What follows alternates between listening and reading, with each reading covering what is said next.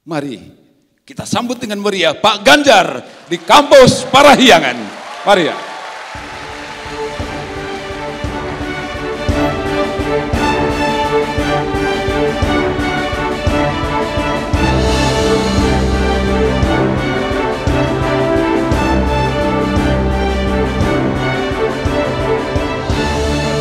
Terima kasih.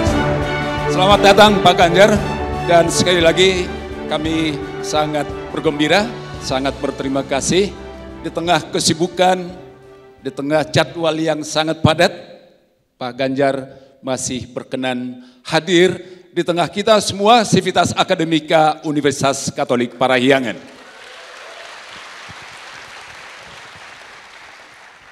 Sebelum kita berikan waktu dan akan sepenuhnya semua ini akan menjadi milik Pak Ganjar, saya ingin memberikan semacam introduksi dulu Pak Ganjar. Di salah satu pilar gedung ini, di bawah gedung PPAG yang diresmikan Pak Jokowi tahun lalu pada Dies ke-67 Unpar, ada satu prasasti berbunyi, di kampus ini lahir manusia-manusia Pancasila yang merayakan kebinekaan. Itu prasasti yang sekali lagi menyatakan bahwa kampus ini sejak awal bersandar pada nilai-nilai Pancasila dan kebinekaan. Ini menjadi salah satu sumber inspirasi untuk Parahyangan dan sekaligus sumber kekuatan universitas ini bertahan 67 tahun dan akan terus berlangsung sampai dengan 67 tahun dan seterusnya. Pak Ganjar, sekali lagi ini adalah peristiwa yang sangat istimewa bagi kami semua di Unpar atas kehadiran Pak Ganjar di kampus ini. Dan ini juga mengingatkan kami pada pesan Pak Presiden Joko Widodo tahun lalu, agar kampus ini melahirkan, menghasilkan orang-orang muda yang unggul, tidak saja berpengetahuan dan berketerampilan tinggi, tetapi sungguh-sungguh sekali lagi mampu merayakan keberagaman, kemajemukan, kebinekaan bangsa ini. Itulah kekuatan kita, itulah kekuatan bangsa ini, yaitu demokrasi dan partisipasi kaum muda. Maka untuk itu Pak Ganjar, kami ingin dikukuhkan, diteguhkan, dikuatkan. Bagaimana pluralitas ini sebagai modalitas kita bersama sebagai bangsa bisa bersama dengan Pak Ganjar menapaki sejarah ke depan. Negara ini harus mandiri, kuat, dan bermartabat, sejahtera. Pak Ganjar sebagai bakal calon presiden tentu sekali lagi punya pemikiran yang kita semua ingin diteguhkan, ingin dikuatkan, dan ingin dicerahkan. Setuju enggak teman-teman semua? Mas Ganjar, panggung ada sekarang bersama Pak Ganjar. Waktu, tempat kami serahkan, monggo piye carane ya, Rono, Rene, Pak Sana, ya bebas ya Pak ya fleksibel saja. Sekali lagi kami sangat senang dan suasana yang sejuk, guyup, akrab menjadi harapan kita untuk sekali lagi bisa melakukan acara ini dengan sangat baik. Sekali lagi tepuk tangan yang meriah untuk Pak Ganjar. Silakan Pak Ganjar. Terima kasih. Dengan ini saya kukuhkan. Tadi permintaannya Pak Mangadar gitu ya, dikukuhkan. Izin saya berdiri. Boleh, Bapak ke sana boleh, ke sini boleh. Kalau di belakang saya nanti dikira ajudan, Pak. Jangan. Terima kasih, Prof. Assalamualaikum warahmatullahi wabarakatuh. Selamat pagi, salam sejahtera untuk kita semuanya. Berkah dalam, shalom, Om Swastiastu, Namo Buddhaya, Rahayu. Sampurasun.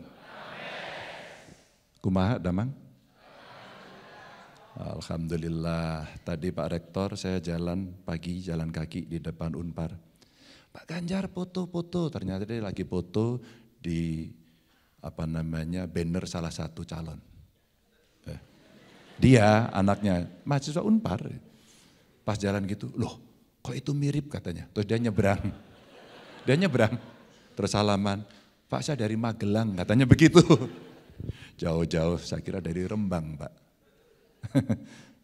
Ternyata dari Magelang.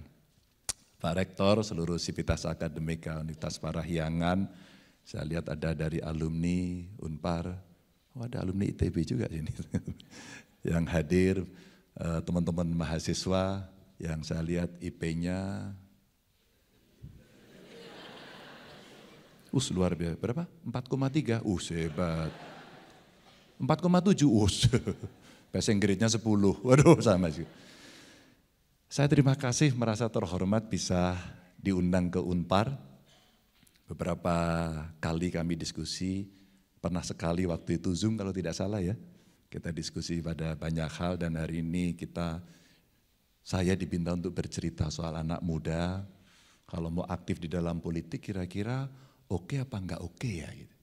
Biasanya cynical sering muncul, politik menjemukan, politik membosankan, semua dibentur-benturkan, narasinya selalu negatif.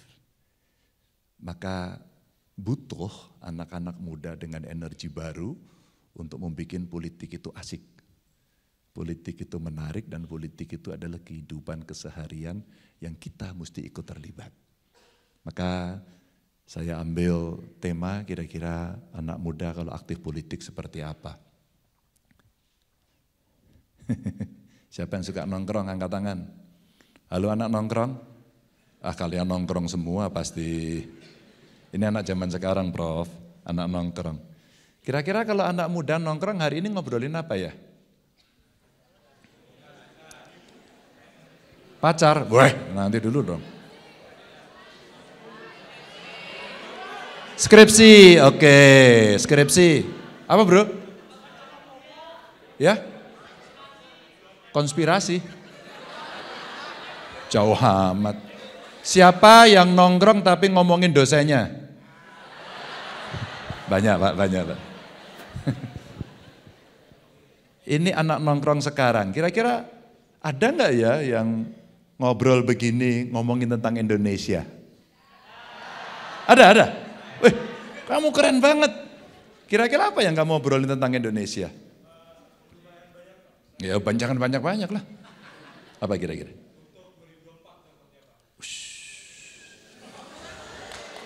Oke. Dia mau lihat politik. Apa bro? Kedaulatan pangan. Suka makan? Oke. Kamu makannya ganti-ganti atau beras terus? Oh beras, jadi nasi pakai mie, itu karbohidrat semua. Aku pengen dengar suaranya cewek. Pernah nggak ngobrol gini, ngopi ke kafe tapi ngobrolin tentang Indonesia? Angkat tangan dong. Apa, Neng? Mau dibawa kemana Indonesia? Emang maunya dibawa kemana? Keadilan makin jaya Pak, oke Pak, hidup mahasiswa. Kira-kira kalau saya minta 2 aja, problem Republik ini yang menurut kamu mesti diselesaikan, apa?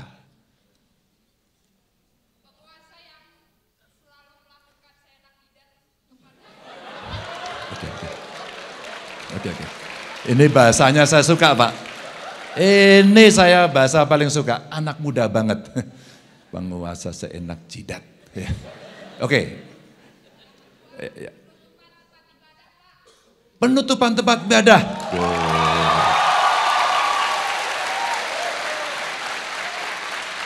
Ya.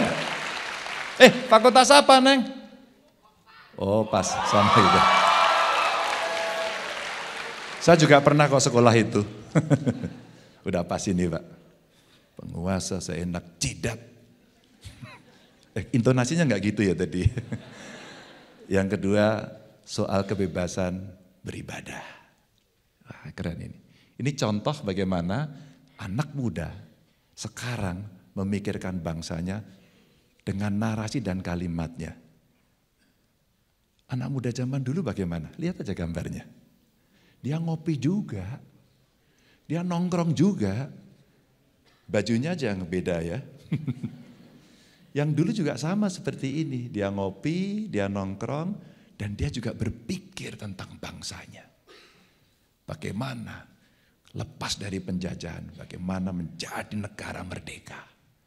Bagaimana bebas beribadah, bagaimana bisa mengakses pendidikan yang baik, kesehatan yang baik, dan kemudian adil dalam Bhinneka Tunggal Ika. Iya dong? Setuju enggak? Teman-teman, ini saya ceritakan sebagai satu fondasi. Apakah kita akan mengingkari ini atau tidak? Pernah dengar nama Gatot Subroto? Tahu enggak agamanya apa? Enggak tahu? Iya, enggak banyak yang tahu. Yang agak mahasiswa senior tahu. Mahasiswa senior ya? Ya teh? Gatot Subroto, jenderal agamanya Buddha. Tidak banyak yang tahu. Waktu saya ngobrol dengan komunitas muda Buddha, saya ceritakan, mereka juga tidak tahu. Artinya, banyak suku, banyak ras, banyak golongan, banyak agama, banyak strata sosial yang saat itu menjadi bidan-bidan lahirnya Indonesia. Itu seperti anak muda. Dia kumpul, dia bicara dengan diskusi berpikir tentang Indonesia. Dan lahirlah setelah obrolan itu adalah Sumpah Pemuda. Maka bukan 1000 pemuda yang diharapkan oleh Bung Karno. 10 pemuda. Kalau 1000 orang tua, Bung Karno akan mencabut Gunung Semeru dari akarnya. Tapi untuk pemuda, hanya 10 untuk bisa mengguncang dunia. Muda men, muda. Maaf yang sudah tua-tua. Sabar, berikan kepada yang muda. Percayakan kepada mereka. Ini cerita bagaimana sesama anak muda sejak Republik ini lahir, mereka selalu bercerita, berpikir tentang bangsa dan negaranya. Lanjut. Maka teman-teman, saya mau bercerita dengan yang enteng-enteng saja. Kalau kita bicara anak muda dan politik itu kira-kira usia 17 sampai 39 tahun. Yang merasa usianya 17 angkat tangan. Pak nggak usah ngaku 17 Pak. Bu. Yang di depan ini nggak mungkin 17 ini. Ada? Oh nggak ada. 18? Ada 18. 19 makin banyak. Oh kita seangkatan ya ternyata. Inilah usia anak-anak muda hari ini dan kalau kita melihat, kita punya data ini saya ambil dari CSIS nih. 91,3% anak muda itu nyoblos waktu itu. Sudah pernah ada yang ikut pemilu? Oke ya kamu terlihat sudah lebih dewasa. Berarti sudah punya.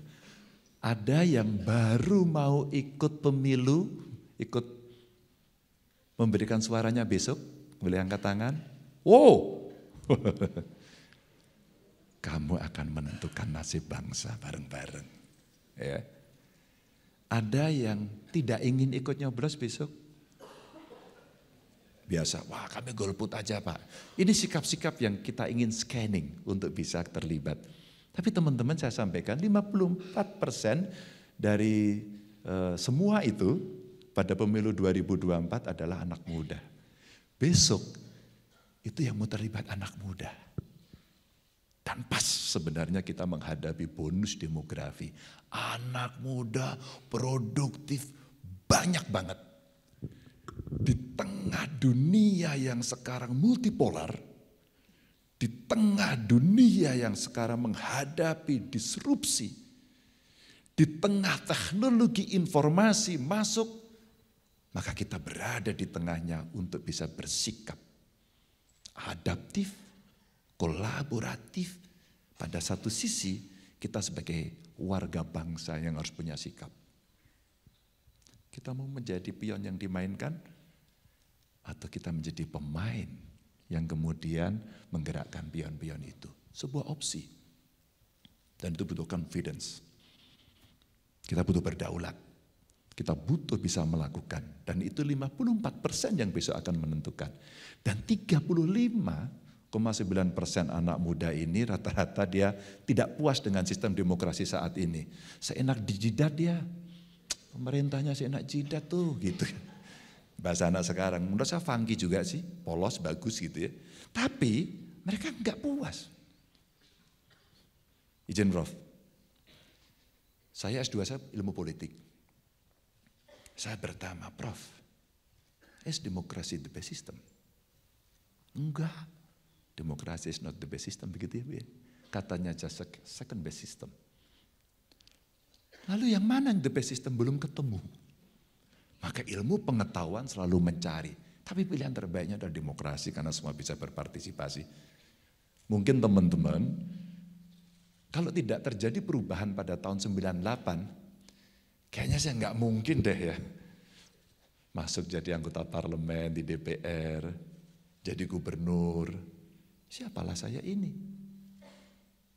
Tidak punya urut-urutan yang mungkin akan bisa menjual. Saya, Pak Rektor, cek golongan darah saya, Pak. Setelah saya cek, merah darah saya, Pak. Bukan biru, Pak. Seperti yang lain semuanya. Apa artinya? Dengan demokrasi kemudian siapapun bisa jadi apapun. Ya. Tinggal kita mau nggak terlibat. Siapa yang hari ini sudah masuk partai politik hari ini? Mahasiswa. Boleh angkat tangan? Ada nggak? Sekarang yang mahasiswa sekarang sudah masuk partai politik, jarang ya. Saya tahun 92 masih mahasiswa, waktu itu sudah masuk partai politik. Saya demo juga sih. Maaf Pak, kadang-kadang demo rektor juga Pak. Maaf Pak. Mohon maaf Pak sekarang. Gara-gara sering demo dimarahi rektor, jadi Pak anggota DPR. Digembleng gitu ya. Maka kemudian kita punya mimpi-mimpi pada saat itu. Kalau kita pas demo itu, kita habis demo ngapain ya? Teriak-teriak. Ngatain pemerintahnya pokoknya jelek, kurang ajar dan sebagainya. Pokoknya enggak aspiratif. Apa yang kemudian terjadi? Mimpi kita apa? Kami ingin rubah. Lalu bagaimana caranya? Silakan, ada banyak jalan. Pilihan saya masuk partai politik. Pilihan saya. Namun ada dua yang kemudian kita bisa pilih. Anda mau merubah, kalau pengen merubah. Siapa yang pengen merubah? Kamu ingin mengubah Indonesia, ingin mengubah dunia. Wow, boleh juga ya. Tinggal pilihannya. Siapa yang pengen mengubah tapi masuk sistem? Oke, hanya sedikit orang. Siapa pengen mengubah tapi di luar sistem? Oke, yang lain abstain? Oke. Itu juga pilihan demokrasi kan? Saya mau cerita dulu, kegelisahan saya waktu itu, kayaknya saya mesti masuk sistem deh. Dengan segala risikonya, apa yang terjadi? Nah, kita bisa cerita dari ideologi turun ke hati. Gitu. Ideologi. Ada mimpi besar seorang anak muda yang kepingin Indonesia lebih baik. Ideologis. Masuk ke hati kemudian menjadi sebuah sikap. Memutuskan dengan segala risiko. Ya belajar saya, diajari senior-senior saya bagaimana berideologi, siapa yang harus berpihak dan seterusnya. Maka lahir dari marxisme, berpihak kepada orang cilik. Biasanya mahasiswa punya semangat itu dan kemudian mereka melaksanakan banyak sekali kegiatan. Kemudian saya hitung-hitung, saya coba banding-bandingkan, ternyata saya gabung di partai politik usia saya 24 tahun. Yang 24 tahun siapa di sini? Gak ada ya? Oke, 24 tahun, belum lulus. Tenang, gak apa-apa, saya juga lebih lama lagi. Tenang aja, belum tentu ya gak bro, tenang aja. 24 tahun saya mulai ikut berpolitik. Ya gak? Masuk DPR usia saya 36 tahun. Obama ya 35 tahun bergabung partai politik duluan saya. Tapi kami berdua sama-sama di usia 36 tahun. masuk partai. Jadi saya seangkatan sama Obama.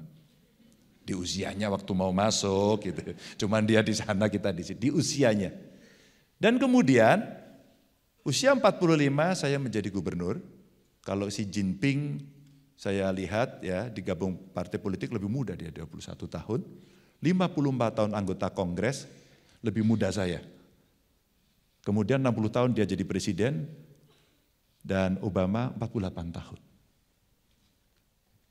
Saya bandingkan tokoh-tokoh ini untuk melihat, mudah-mudahan menginspirasi kawan-kawan.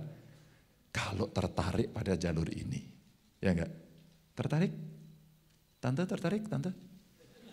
Tertarik teh? Ya. Kalau tertarik ada jenjang itu. Lanjut. Maka teman-teman, kalau Anda kemudian ingin berjuang dalam sistem, ada pilihan. Mau jadi legislatif atau eksekutif. Ada yang pengen jadi anggota legislatif? Wow, oke. Sepertinya kamu harus saya kader ini. Penting bro, kalau nggak ada mentor, nggak ada kaderisasi, salah bisa repot loh. Ada gurunya. Nggak kuliah di Unpar, kamu nggak dapat guru yang baik. Begitu kuliah di Unpar, dapat guru yang baik. Ya Pak Rektor ya, Bu dosen ya, kira-kira mereka pasti akan dipersiapkan menjadi anak-anak yang hebat. Nggak tahu tanya, keliru dibetulkan. Ujian nilai F ngulang. Kalau A nggak usah diulang. Artinya apa? Learning proses menjadi penting. Kalau kamu mau masuk ke legislatif, ini yang dikerjakan, ada fungsi-fungsinya. Bagaimana soal hak budgeting, oversight, pengawasan, legislasi. Maka yang sekolah hukum, sekolah politik menjadi penting untuk tahu ini. Ya, menyerap dan menindaklanjuti aspirasi masyarakat dan bagaimana kemudian oversight itu tuh biasanya kalau rapat tuh loh, keras. Alumni di sini yang teman-teman saya banyak ya, Bima Arya ya. Dari sini sekarang wali kota. Toto itu sekarang jadi pollster yang cukup kredibel di Indonesia. Tomar Wara Sirait, sahabat saya juga, lulusan di sini semua. Dia sih merasa muda terus mereka-mereka ini gitu ya. Tapi setidaknya mereka merepresentasikan kemudaan mereka yang kemudian mengambil peran-peran itu. Alumni Unpar loh. Mereka-mereka sahabat saya. Ada pilihan yang di legislatif, ada yang pilihan kemudian legislatif ke eksekutif. Saya alhamdulillah bisa berkesempatan untuk bisa di dua itu dengan peran masing-masing. Maka ketika peran itu kita dapatkan, apa yang mesti kita lakukan? Ideologi tadi yang jatuh ke hati. Ya teman-teman. Maka saya mencoba mendorong. Ketika saya jadi legislatif apa ya? Ada cerita Pak Rektor, Ibu Bapak dosen teman-teman. Waktu itu kita berdebat undang-undang kewarganegaraan. Karena banyak sekali orang yang lahir di Indonesia pada saat itu nggak bisa mendapatkan kewarganegaraannya. Waduh, tiap hari ke imigrasi, boleh dikata begitu. Ya nggak tiap hari lah ya, ada temporer. Kemudian kita bicarakan, mereka yang kawin campur, orang Indonesia dengan orang warga negara asing, ini wabil khusus yang perempuan ya. Itu kalau terjadi persoalan, perempuannya mesti rugi, dirugikan. Karena regulasinya tidak bisa memproteksi itu. Akhirnya apa? Kita berjuang agar itu bisa lolos. Dan akhirnya mereka sekarang mendapatkan proteksi itu, mendapatkan kemudahan itu, dan anak-anaknya terlindungi, sampai kemudian anak-anak dari perkawinan campur dalam arti antara orang Indonesia dengan orang asing bisa mendapatkan dui kewarganegaraan. Terlindungi dia. Maka kita di legislatif pun bisa fight. Saya terharu pada saat saya menyampaikan cerita ini di salah satu talk show waktu itu di UGM.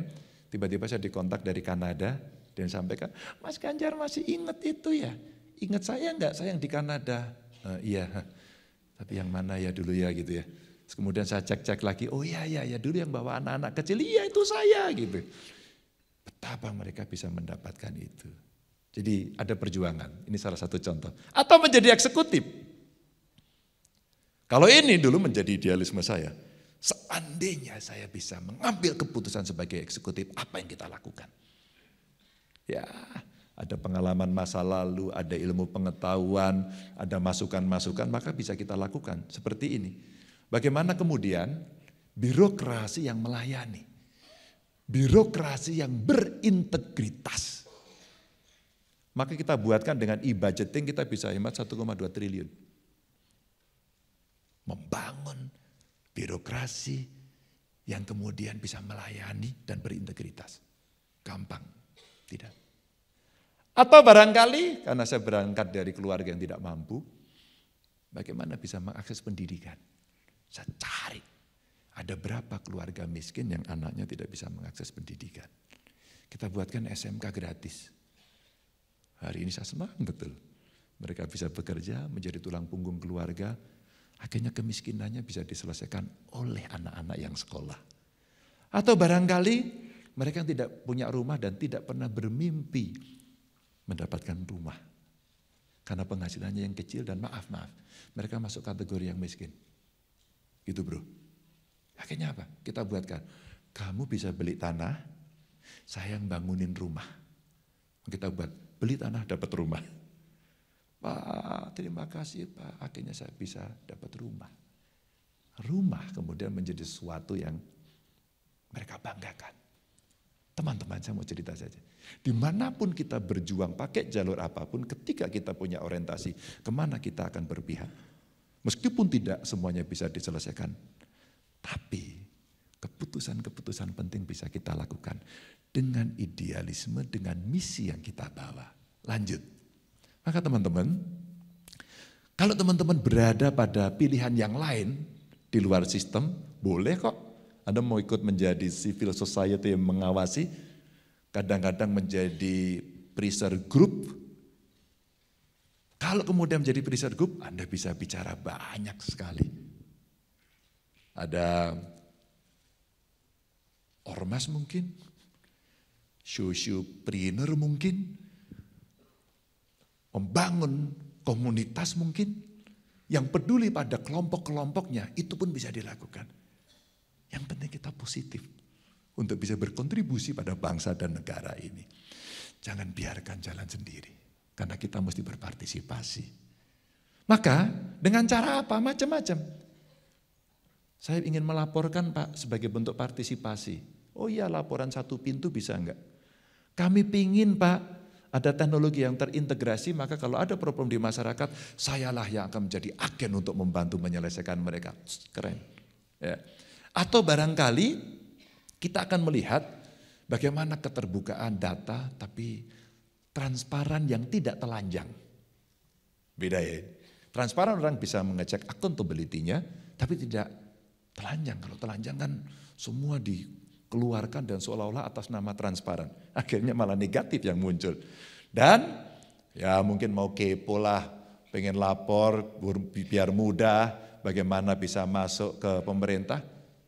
Ada. Kalau hari ini tingkat presiden itu namanya lapor. Ya. Kalau di tingkat gubernur saya namanya dulu lapor gub.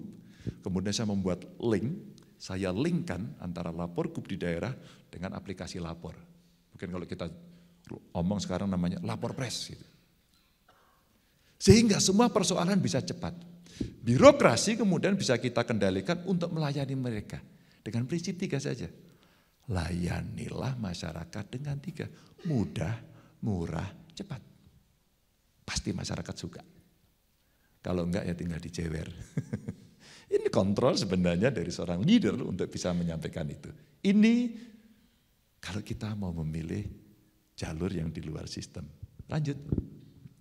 Maka kalau kemudian kita ngelihat, Bapak Ibu, kawan-kawan semuanya, mau enggak kemudian teman-teman mau langsung praktek dengan cerita ini? Kamu mau? Aku tahu mimik mulutmu tadi. Mau, keren ya. Kalau mau terlibat, ada praktek politik yang bagus kalau tadi diceritakan di 2024. Coba kamu terlibat. Mungkin berbasis pada komunitas kawan-kawan untuk bisa masuk. Cerita rumah ibadah barangkali, cerita UMKM, cerita kreativitas dan inovasi mahasiswa. Research and development dari kampus yang kemudian bisa kita hilirisasi untuk kita masukkan ke sana. Terakhir, yang mau saya melamar Anda untuk terlibat. Mulai hari ini dan yang sedang berbicara ini butuh kolaborasi dengan anak muda. Kita mesti tuntaskan, kita mesti bereskan, dan anak muda bisa berpartisipasi dalam politik. Terima kasih. Assalamualaikum warahmatullahi wabarakatuh.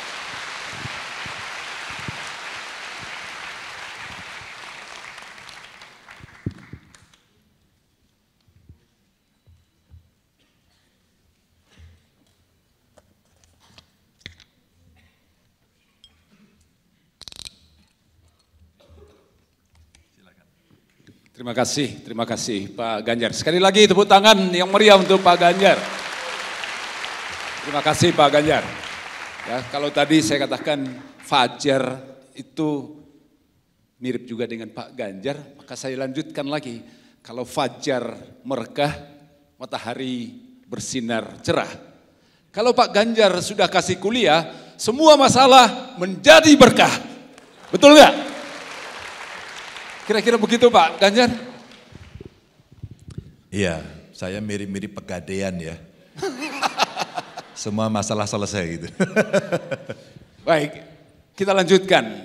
Pak Ganjar tadi memberikan kesempatan yang luar biasa untuk para muda, khususnya mahasiswa Unpar, untuk terlibat, untuk berpartisipasi, mengambil bagian dalam membangun Indonesia ke depan. Kita masuk kepada tanya jawab. Saya percaya baik dosen maupun juga mahasiswa punya banyak kepedulian, punya banyak ketertarikan, punya banyak kecintaan untuk bangsa ini. Kita punya waktu sampai jam berapa Ibu Sylvia? 11.30. Jadi masih ada waktu. Memang 1 jam itu terasa seperti 1001 malam kalau bersama dengan Pak Ganjar gitu ya. Baik, silakan para dosen atau mahasiswa, dan kalau saya katakan dosen dulu bukan berarti para mahasiswanya menjadi nomor 2 ya. Oh, tapi bolehlah dosen dulu kan? Izin. Setuju nggak? Pak, izin Pak. Mana? Kebiasaan saya penanya yang pertama harus perempuan dulu Pak. Oke, baik, perempuan. Ya, perempuan ada di sini? Di sini, di sana, saya milih di sana saja dulu, pojok. Silakan berdiri, silakan memperkenalkan diri, fakultas, jurusan, dan nama tentu. Dan nomor anggota, kalau punya. Baik, selamat pagi Bapak. Perkenalkan saya Gabriela Angelika dari Fakultas Teknologi Informasi dan Sains, jurusan Matematika. Matematika nih Pak Ganjar. Namanya tadi siapa tadi Dek? Gabriela Angelika, dipanggil Gebi. Gebi, panggilannya? Ya, Gebi. Pak Ganjar lebih tahu kalau nickname-nya itu selalu Gebi gitu. Silakan Geb. Ya, saya izin bertanya ya Pak. Menurut CSIS tadi 54% pemilih adalah kaum muda. Sesuai dengan survei KPU pun yang saya dapatkan, pemilih 53-55%-nya adalah kaum muda, terutama khususnya seperti mahasiswa di sini adalah pemilih pemula. Dan di sini pemilih pemula pastinya belum pernah merasakan ataupun mengikuti pemilu dari tahun-tahun sebelumnya. Dan di sini kami pun sebagai pemilih pemula tentunya akan merasa rentan terhadap kegiatan perpolitikan yang dirasa kurang sehat, seperti contohnya politik identitas maupun hal lainnya. Pertanyaan saya di sini yang pertama, dari Bapak sendiri bagaimana tanggapan mengenai hal tersebut? Kemudian bagaimanakah pemilihan umum yang sehat dan ideal menurut Bapak Ganjar? Dan yang terakhir, apa yang harus kami lakukan selaku pemilih pemula untuk dapat mengikuti pemilihan umum yang mungkin akan panas pada tahun 2024 nantinya? Sekian dari saya, terima kasih. Terima kasih Gebi, terima kasih. Ada beberapa poin rasanya Pak Ganjar. Pak Ganjar langsung menjawab. Oke, sekalian 3. Kiri, sekarang pojok lah, bolehlah. Silakan Mas. Oh, nanti di tengah kiri, kiri saya ya, baru Hanan. Sekarang gilirannya, silakan menyebutkan, memperkenalkan diri dari fakultas dan prodi mana? Oke, selamat siang kepada Bapak Ganjar. Perkenalkan saya James Alexander. Saya dari program studi teknik industri dari Fakultas Teknologi Industri. Siapa? Namanya tadi? Namanya James Alexander. James. Oke, James. Ya. Untuk pertanyaan saya hari ini Pak, berhubung dengan topik tadi yaitu peran pemuda dalam masa depan politik Indonesia. Seperti itu, dan tadi diberitahukan bahwa anak-anak muda itu yang akan berperan kepada politik ke depannya. Nah, kalau untuk kami para mahasiswa sendiri itu sarana-sarana untuk kami bisa berpolitik itu melewat organisasi. Kemudian saat ini itu dari data dapat dibuktikan bahwa minat dan keinginan mahasiswa untuk berpolitik itu sedang menurun dikarenakan berbagai hal-hal, diantaranya itu adanya kekecewaan dari mahasiswa atas apa yang terjadi dalam perpolitikan Indonesia seperti korupsi, kolusi, dan juga nepotisme. Dan yang ingin saya tanya adalah, pertama itu apa tanggapan Bapak dan juga solusi strategis dari Bapak terkait hal tersebut? Dan untuk pertanyaan yang kedua adalah, bagaimanakah solusi untuk menumbuhkan kembali semangat para mahasiswa untuk dapat berpolitik ke depannya? Seperti itu. Sekian, terima kasih Pak. Baik, terima kasih. Ini soal apatisme ataupun juga membangun kembali antusiasme para mahasiswa untuk terlibat dalam politik. Satu lagi mahasiswa di tengah lah, ya tadi kan sudah di sana supaya adil kan, ya sekarang di tengah. Silakan, yang di depan lah dari tadi, ya di depan sini aja ya. Silakan.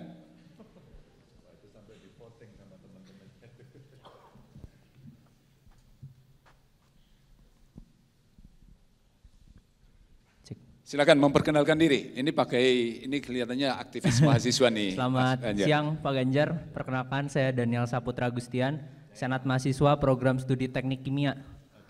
Nah Pak Ganjar, mungkin tadi nyambung sedikit dengan pertanyaan sebelumnya bahwa saya merasa tingkat minat mahasiswa atau anak muda masuk ke politik ini turun. Salah satu yang saya rasakan kenapa adalah karena gini Pak, kalau saya sendiri punya minat untuk masuk ke politik gitu Pak, pengen jadi anggota DPR, DPRD, sama seperti yang saya lakukan di Senat lah, membuat peraturan.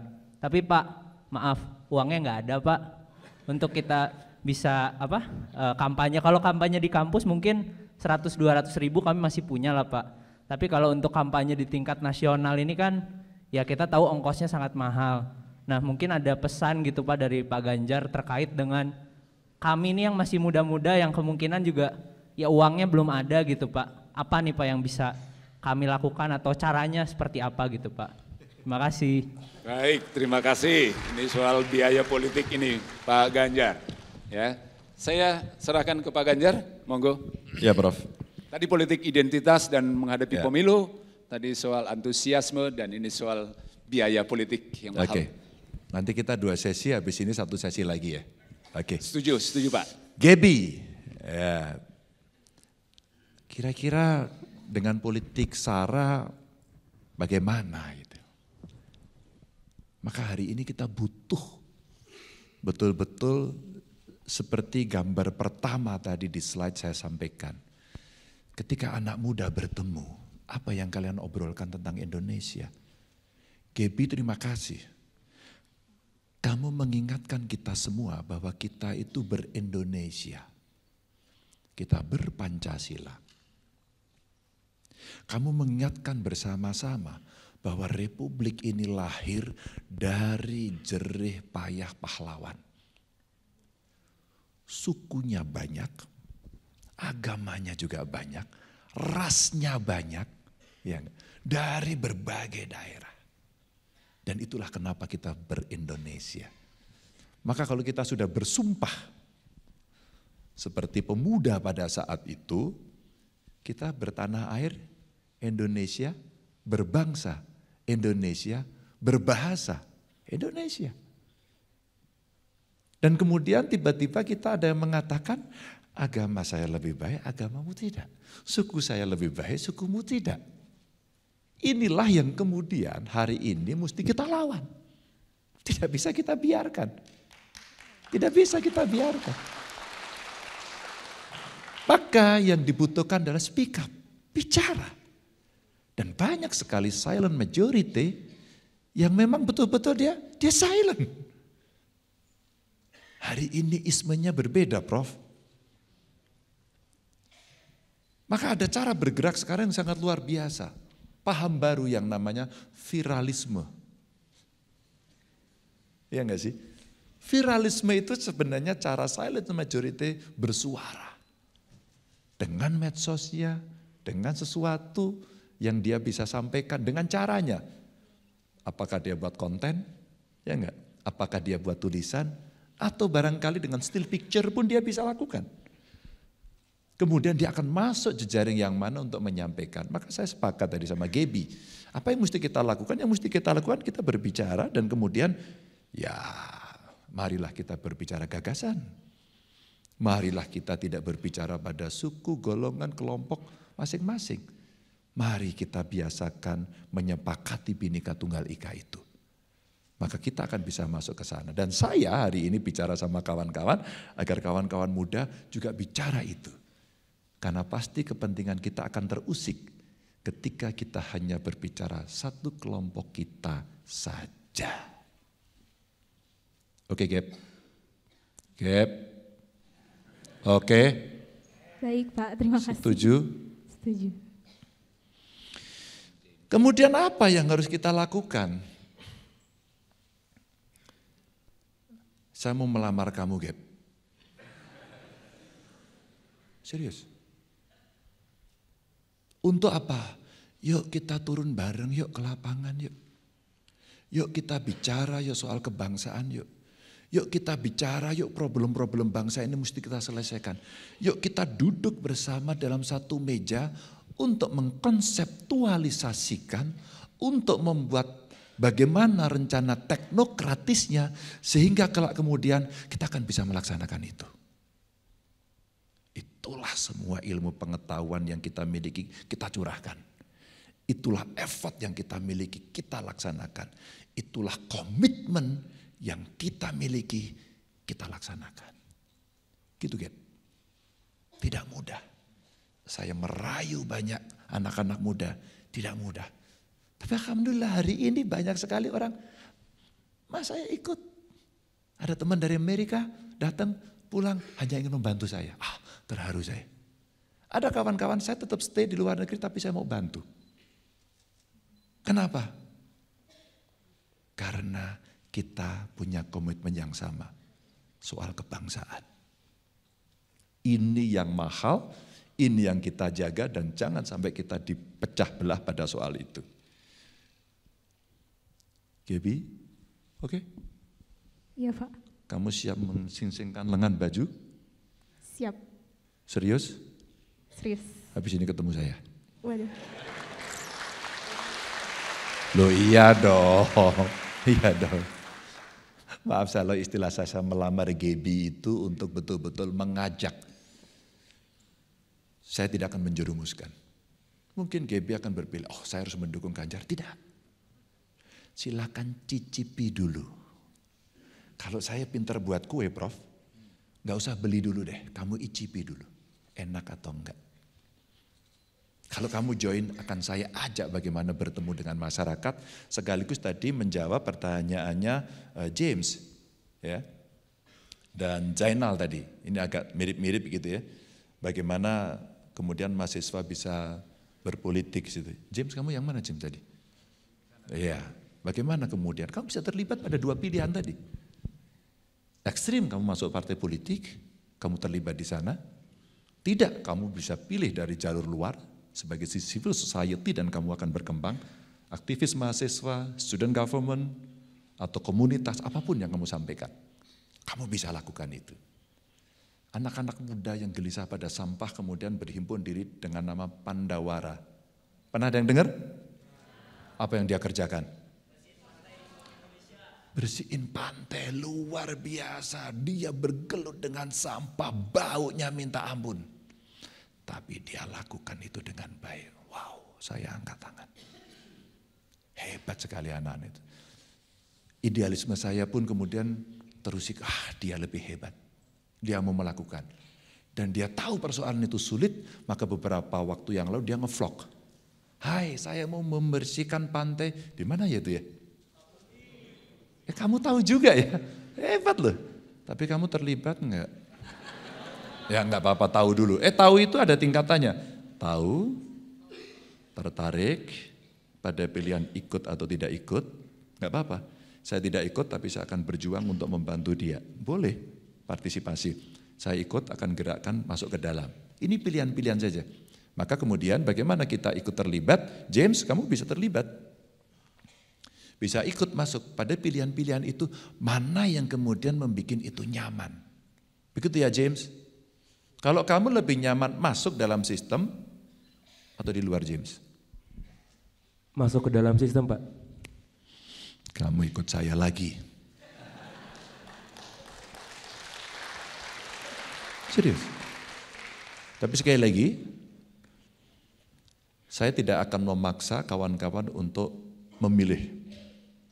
Tapi saya pengen James, Gaby tadi mencoba merasakan itu, nanti betapa beratnya, betapa tidak ringannya, betapa kemudian meritokrasi dalam sebuah sistem politik itu mesti dilakukan.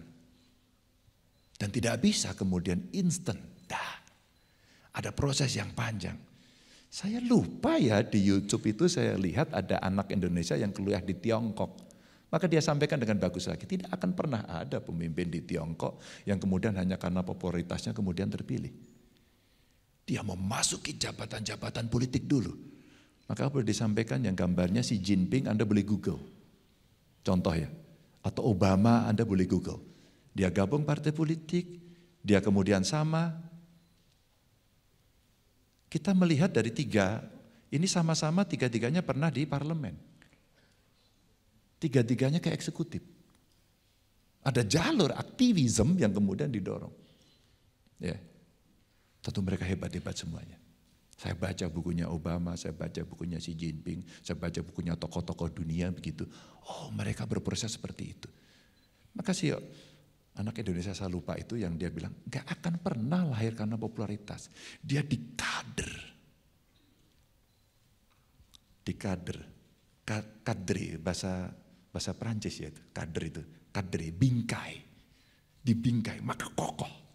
Dan tahapannya harus melalui dengan tahapan-tahapan naik anak tangga, bukan melompat. Dan kemudian dia punya pengalaman yang luar biasa.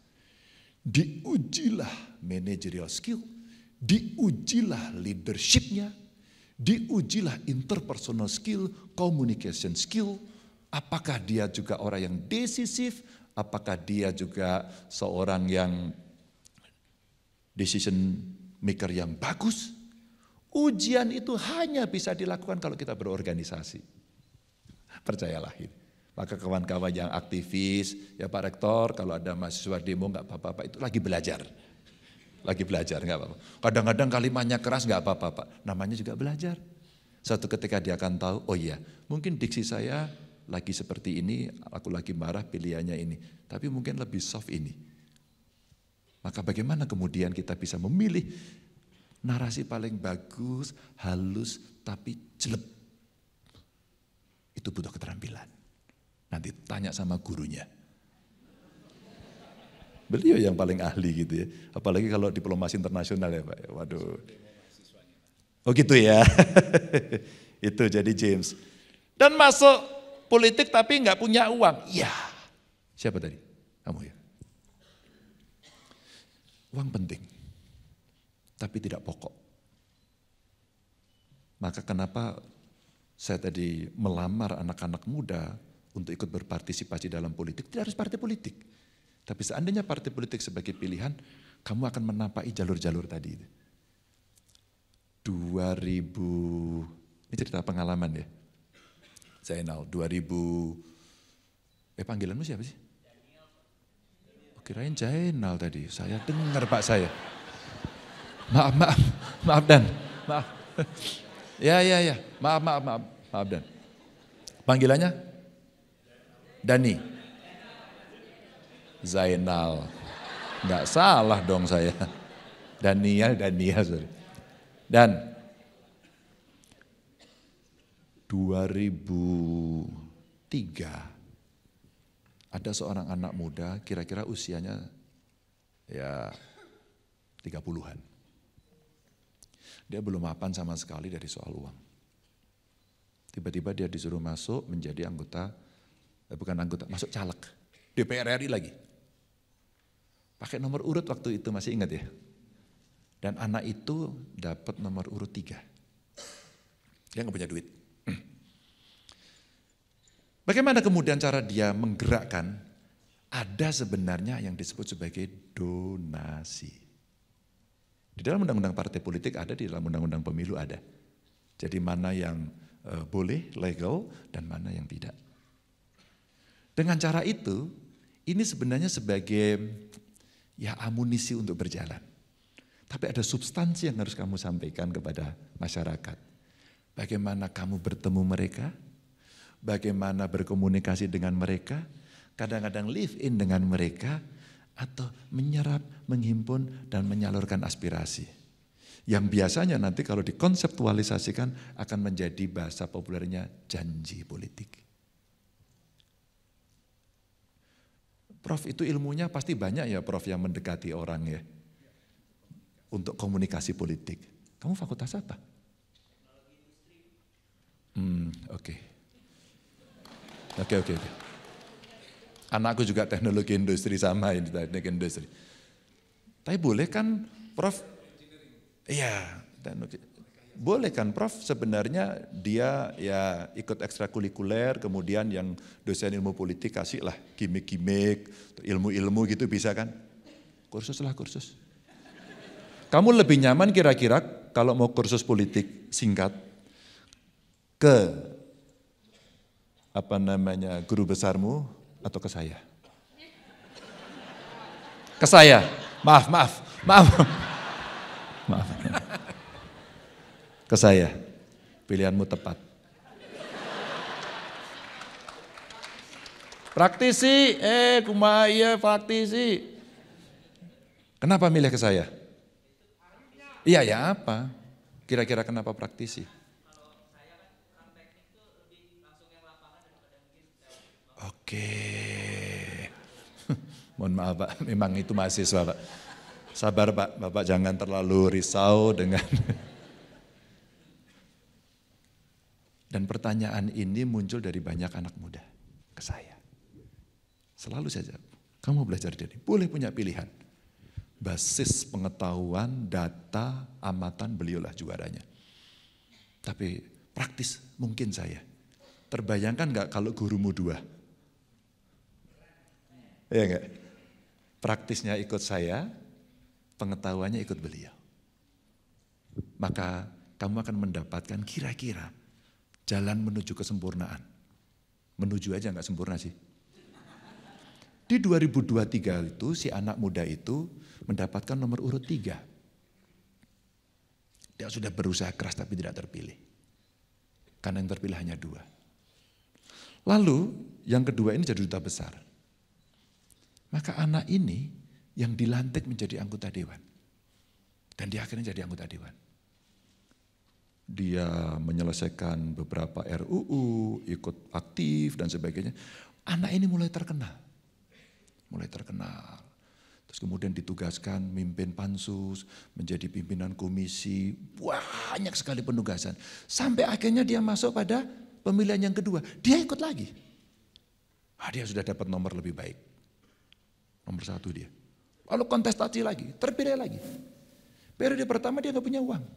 Yang ada adalah ketekunan dia ketemu masyarakat. Satu persatu, ketemu kelompok masyarakat. Siap untuk berdiskusi, siap untuk mendengarkan, siap untuk mendapatkan masukan. Dan dia belajar betul. Anak itu namanya Ganjar Pranowo. Ini praktis Pak, ini praktis. Itu praktis. Maka live in kepada masyarakat penting. Dan saya diajari sejak mahasiswa. Senior saya dulu, saya ketua Mapala, apalagi Mapala ya, kemana-mana.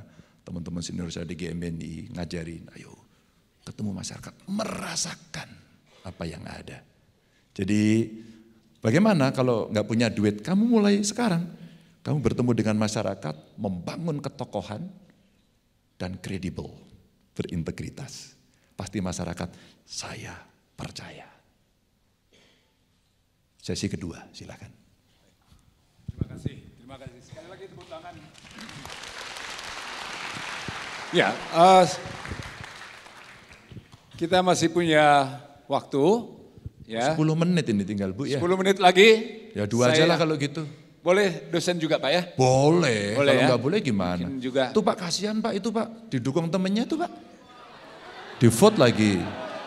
Memang Ya udahlah. ini juga di sana. Udah di sana? tenang-tenang, nanti boleh nanya saya setelah ini kok. Atau silakan. Siapa? Pak dosen dulu boleh. Silakan di situ dulu. Ya, 2. Ya yang Oke, silakan. Ya, udah semangat banget. Pakai aplikasi lagi, ada yang gini, ada yang gini tadi. Selamat datang Pak Bong. Ini ketua alumni ITB. Ya, Pak Gembong selamat. Dia inisialnya GP Pak. GP, sama berarti. Inisialnya GP Pak beli. Silakan. Oke, bro. Perkenalkan nanti nama. salah satu Pak dosen ya, atau Bu dosen? Ya, salah nanti Mas Pius. Oke, bro. Oke, terima kasih Pak Mangadar untuk waktunya. Selamat pagi, siang Pak Ganjar. Nama saya Deren Christopher, biasa dipanggil Deren dari Fakultas Ilmu Sosial dan Ilmu Politik Unpar. Deren. Betul. Deren. Dari jurusan Hubungan Internasional. Dan pertanyaan saya sebetulnya berdasar ketika saya membaca buku yang bilang bahwa demokrasi itu belum tentu sistem yang terbaik. Karena demokrasi merupakan iman negara kepada bangsanya bahwa bangsanya itu bisa membawa negara kepada titik yang lebih baik. Sehingga kalau misalnya negaranya tidak memiliki bangsa yang pintar, demokrasi yang ada pun tidak pintar juga gitu. Dan saya melihat bahwa siapapun itu, baik yang di dalam partai maupun di luar partai, di dalam badan eksekutif legislatif maupun di luar, pasti terlibat dalam demokrasi. Bahkan golput pun pilihan demokrasi. Sehingga pertanyaan saya ada 2 Pak. Yang pertama, apa yang bisa kami sebagai masyarakat lakukan saat ini untuk mempersiapkan diri kepada pemilihan supaya kami bisa berdemokrasi dengan pintar gitu, supaya kita nggak terbawa dengan hoaks, dengan isu ini itu. Dan pertanyaan yang kedua adalah kira-kira dalam pemikiran Pak Ganjar sendiri, apa yang dapat pemerintah lakukan mungkin dari segi pendidikan maupun dari segi misalnya media untuk bisa membangun demokrasi yang pintar ini untuk kita semua. Kira-kira itu pertanyaan. Terima kasih. Terima kasih. Ini soal kecerdasan, demokrasi yang cerdas, yang dewasa, yang smart, begitu. Dan juga para pemilih ini perlu memiliki kecerdasan untuk juga membangun sistem demokrasi yang semakin dewasa. Kurang lebih begitu ya? Betul Pak. Lalu pemerintah kira-kira bisa melakukan apa? Mau lanjut dengan Pak Pius Prastio, monggo.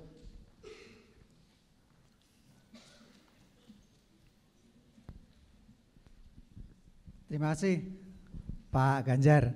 Saya juga mahasiswa Pak, tahun 84. Bukan satu hal yang kebetulan ketika Unpar Pak, itu punya concern pada isu kemiskinan. Sehingga kita punya preferential option for the poor. Saya pikir ini juga ingin kita salurkan ya ke Mas Ganjar. Mas ya, biar kita egaliter Mas ya. Satu hal yang menjadi kegelisahan paling tidak saya atau kami lah, bagaimana membangun Indonesia itu yang wajahnya itu adalah memang wajah kesenjangan Pak, kesenjangan, wajah real. Ketika kita juga bicara tentang keindonesiaan, Indonesia tidak hanya Bandung, Jakarta, Surabaya, Semarang dan lain sebagainya, tapi Indonesia yang ada di pinggir-pinggir pun itu juga menjadi rakyat dan juga bangsa yang tidak bisa dipisahkan. Oleh karena itu pertanyaan kami Pak Ganjar, kira-kira bagaimana nanti kalau Bapak ya nanti menjadi presiden ya, kebijakan apa yang bisa Ya kalau mempercepat agak susah, tapi paling enggak langkah yang real berkelanjutan untuk mengurangi gap ini Pak, kesenjangan yang pertama. Yang kedua saya kira concern Pak Ganjar juga soal korupsi. Itu kan menjadi semangatnya dan kita pun juga semangat soal itu ya. Dan semangat dan juga geram tentu saja ya ketika ya korupsi itu menjadi wajah real juga kita ya. Itu kegelisahan kita juga. Apa Pak nanti kira-kira ya, yang kira-kira nembus untuk bisa ya kalaupun berantas ya mengurangi yang lebih signifikan lagi ya. Yang ketiga yang terakhir ini agak praktis Pak. Bapak nanti pengennya wakil presiden seperti apa Pak?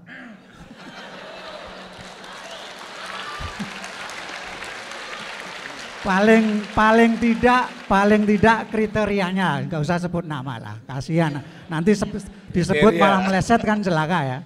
Tapi juga nih ya, senengnya laki-laki atau perempuan Pak. Terima kasih. Terima kasih Pak Pius. Oke.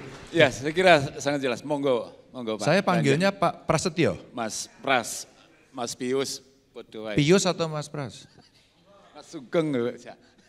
Jauh amat Pak. Ya panggilannya siapa? Oh Pak Pius. Aduh panjang amat Bapak.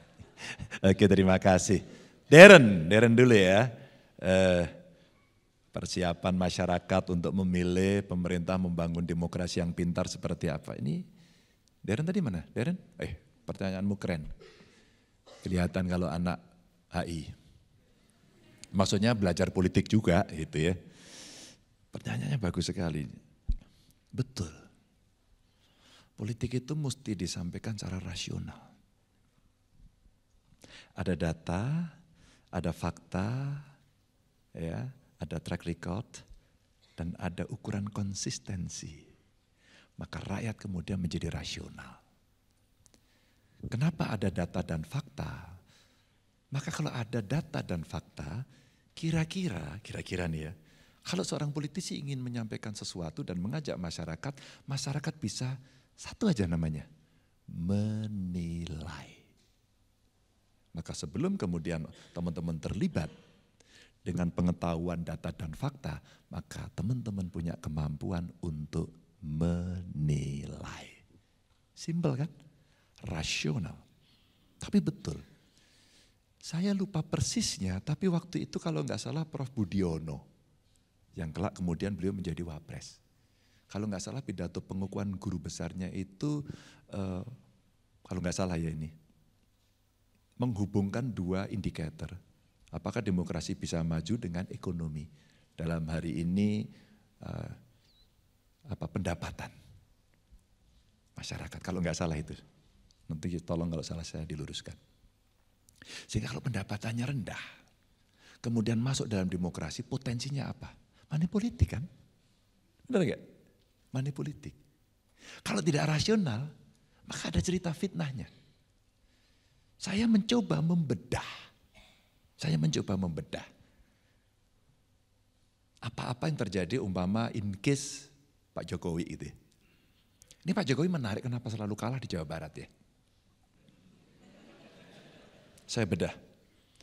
Ternyata hampir semua yang saya katakan di masyarakat, bukan saya katakan di masyarakat, yang saya lihat di masyarakat mereka mengatakan, saya mendapatkan feedback bagus banget. Dulu Pak, itu ada namanya tabloid Obor Rakyat kalau masih ingat. Ya, yang ingat berarti sudah agak senior. Yang anak muda pasti nggak tahu, tapi kalau googling tahu. Di Obor Rakyat itu fitnahnya Jokowi PKI gitu. Jokowi non muslim dan sebagainya lah ceritanya gitu. Dan itu orang tahu sebenarnya secara rasional kalau Jokowi PKI berarti dia kan PKI balita. Masih 4 tahun saat itu. Jelas itu hoax, tapi dipercaya karena tidak rasional. Dan orang yang mengerti tidak membantu menjelaskan, maka tidak ada pendidikan politik. Ini urut-urutannya. Bro, saya begitu dulu masuk Partai Sejak Mahasiswa, lulus, terus kemudian saya merantau ke Jakarta, terus kemudian bertemu dengan para pengurus partai. Saya direkrut untuk masuk badan diklat partai di PDI Perjuangan. Terus kemudian ngajar ke seluruh Indonesia. Disuruh ngajar, advokasi kelembagaannya, materinya, dan seterusnya. Akhirnya saya diminta ngajar soal komunikasi politik.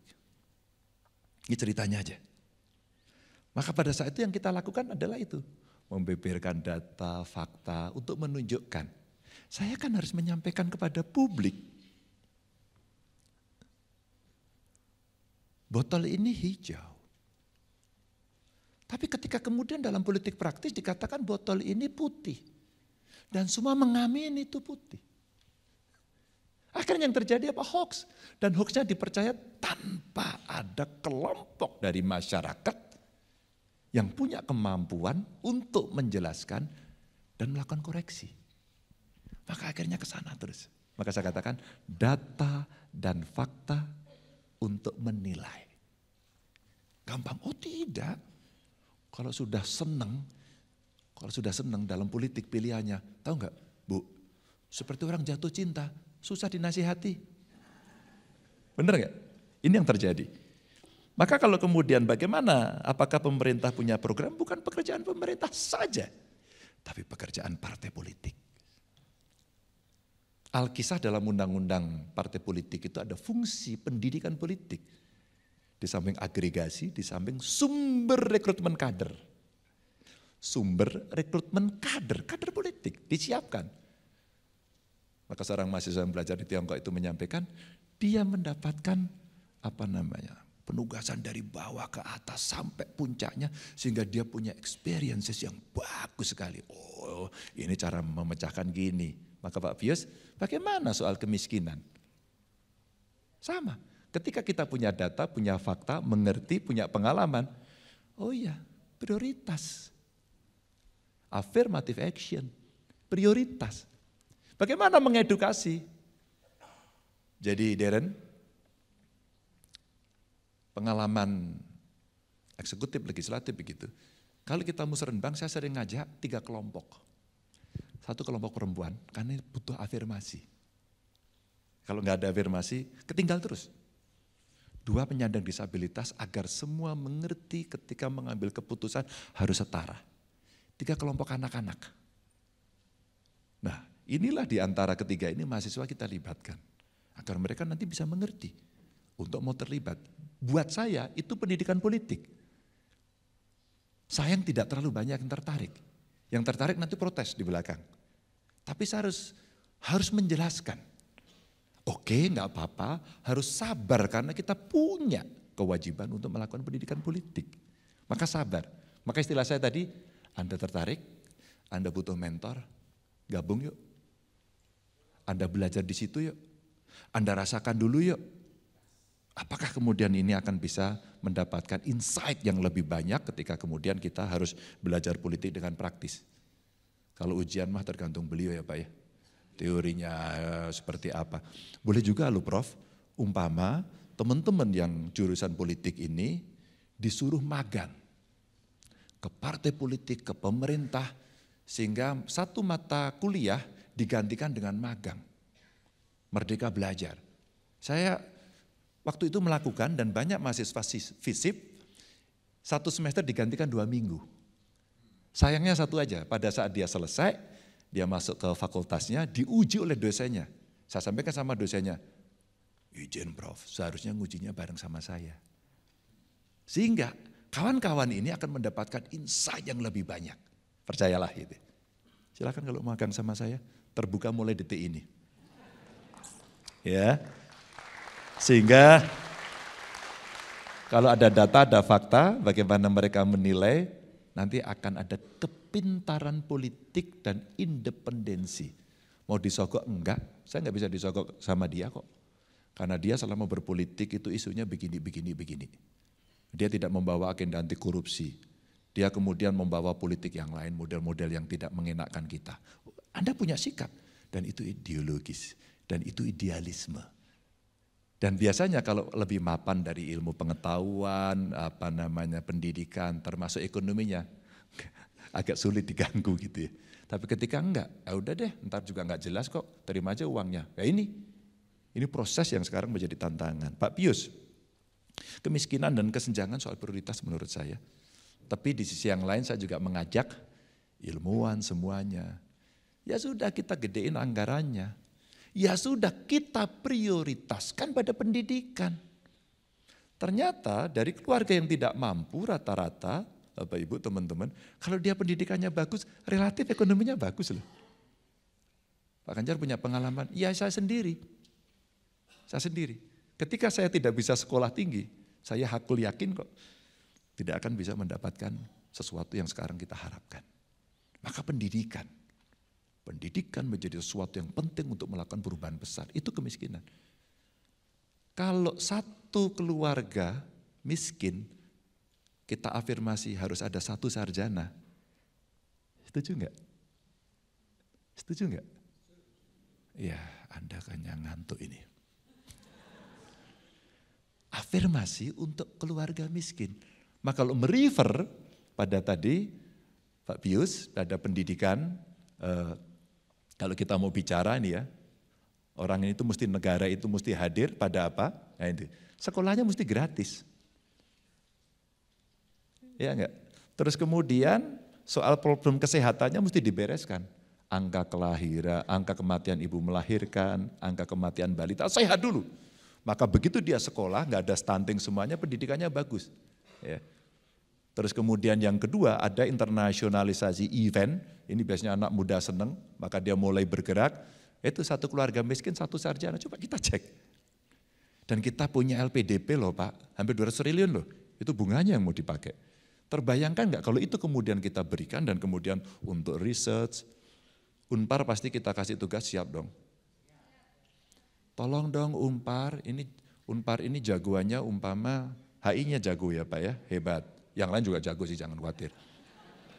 Arsiteknya, perencanaan wilayahnya jago. Boleh dong, tadi aku lari-lari, kenapa ya masih banyak sampah di sini? Unpar aja kasih tugas. Tolong dong Unpar bereskan, saya kasih modal dalam arti investasi untuk meneliti dan sebagainya. Pokoknya Unpar tanggung jawab. Kalau enggak Unpar yang gagal gitu. Kan tantangannya menarik kan? Pasti itu challenging. Ini contoh saja. Sampai kemudian kita bisa mendorong kepada ini Pak. Yang kemiskinan itu sampai orang tua loh Pak. Jangan sampai yang sudah senior citizen ini kemudian terabaikan. Hidupnya susah, maka mesti dijamin. Karena kalau mereka terjamin, mereka bahagia, angka harapan hidupnya pasti akan naik. Tapi saya coba merefer ke sini, Pak Pius. Kalau kemudian kita coba dorong, ini mesti dilaksanakan, ya, ini mesti berjalan, di tengahnya bukan tanpa masalah, ada masalah. Kalau mau melayani enggak berintegritas, maka disogok. Maka anti korupsi mesti jalan. Tapi enggak bisa kan Pak, hanya dengan penegakan, maka dengan pencegahan. Suatu ketika ada hari anti korupsi. Tiba-tiba orang datang ke saya, maksudnya staf saya. Mereka menyampaikan kepada saya bahwa apa yang mesti diharapkan Pak Ganjar dari acara ini. Kita upacara Pak besok, jangan dong masuk upacara. Buatan panggung, cari anak muda, suruh apa? Suruh demo. Saya latih demo Pak Rektor. Anak-anak SMA, kamu pidato tentang anti korupsi. Diseleksi, audisi, akhirnya ada 6 kelompok. Dan dari 6 kelompok itu apa yang terjadi? Mereka semua nuding menyalahkan pemerintah. Jadi menuding wajah pemerintah. Dan saya senang karena mereka bisa mengekspresikan dirinya, akhirnya dia tahu. Maka sikat korupsi ini menjadi penting. Setelah itu apa yang menginspirasi Pak Pius? 35 bupati wali kota saya minta duduk satu meja, saya undang KPK dan harus ada pendidikan anti korupsi sejak mereka belajar sebagai siswa. Pencegahan. Lembaga penegakan hukumnya harus dilakukan dan ini harus menyentuh pada 3 hal. 1, regulasi, mesti kita atur sudah ada. Kelembagaan sudah ada. Terakhir aktornya yang sulit. Aktornya yang sulit. Karena kadang sistemnya bagus, lembaganya bagus, aktornya kiri kanan. Akhirnya masyarakat tidak percaya. Terima kasih Pak Pius. Mengingatkan penyakit berat kita, korupsi. Korupsi. Sehingga ketika saya ditanya pada orang, Pak Ganjar 10 tahun jadi gubernur, apa kebanggaannya? Kebanggaan saya satu, ketika kemudian saya melihat ada ASN saya dikasih gratifikasi ditolak. Dan dia mengatakan, kami tidak mau menerima itu Pak. Wow. Nah tinggal kemudian ini bisa coba dilaksanakan.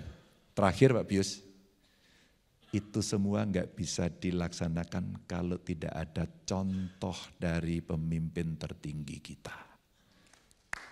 Tidak akan pernah bisa. Mudah-mudahan menjelaskan. Mohon maaf kalau ada kekurangan. Salam untuk keluarga dan teman-teman pasti akan merasakan ini. Saya menunggu di pintu luar siapa yang akan bergabung. Assalamualaikum warahmatullahi wabarakatuh.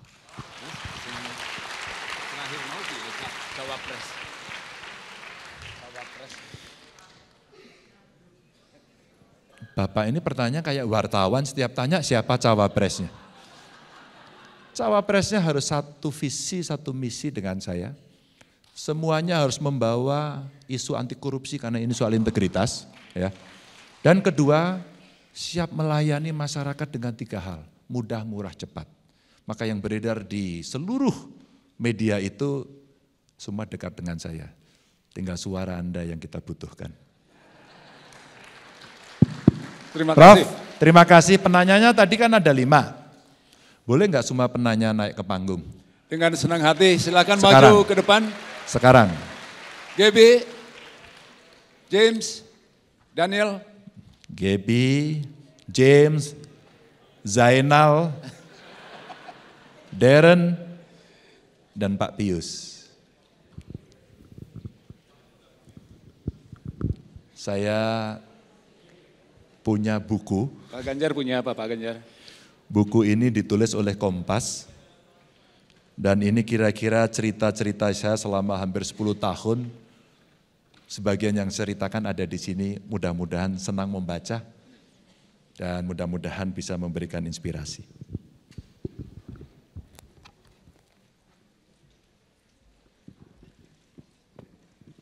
Tepuk tangan untuk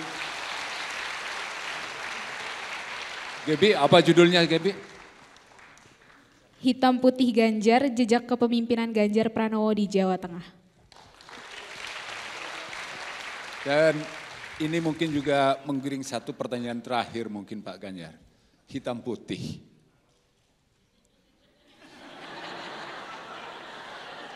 Dan itu menjadi Kenapa itu? menjadi sesuatu yang sangat bermakna. Kenapa hitam putih? Karena saya tidak pernah abu-abu. Terima kasih. Terima kasih Pak Ganjar. Ya. Dan juga saya kira kalau yang merah itu jelas Pancasila, Indonesia, putih hitam Pak Ganjar orangnya. Ya. Dengan mengucapkan banyak terima kasih Pak Ganjar atas ajakan untuk kaum muda, sekali lagi Pak Ganjar menggunakan kata yang sangat humble untuk mengatakan saya melamar, saya meminta, saya mengajak Anda semua. Teman muda, siap untuk dilamar? Siap untuk membangun bangsa? Siap?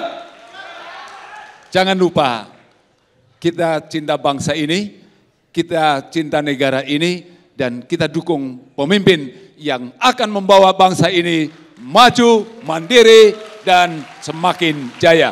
Pak Ganjar, dengan segala kerendahan hati, saya mohon maaf atas kekurangan dan matur nuwun sangat. Makasih Pak Ganjar, dan terima kasih untuk Anda semua. Selanjutnya sebelum Pak Ganjar, nun sewu Pak Ganjar. Iya Pak, mohon maaf untuk tetap berada di atas panggung, Pak Mangandar dan Pak Ganjar. Sekalian juga kami undang Pak Rektor, Bapak Profesor Tri Basuki Juwono untuk naik ke atas panggung. Memberikan. Sekalian, ini Pak Ganjar kami akan memberikan buku Spiritualitas dan Nilai Dasar Unpar. Kami titip ini sebagai inspirasi Unpar dan semoga menjadi inspirasi Bapak untuk selanjutnya. Terima kasih, semoga berguna. Terima kasih.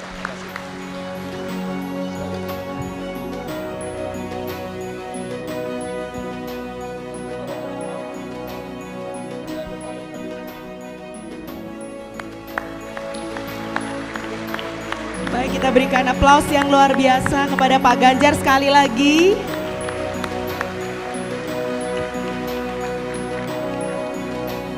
Kita lanjutkan dengan sesi foto bersama. Mohon menghadap ke arah sini, Pak. Ya. Baik. Saya akan memandu dari bawah. Ya, dari fotonya dari screen sini. Apakah sudah siap? Ya, baik. Kebetulan saya juga ingin ikut berfoto ya, Pak.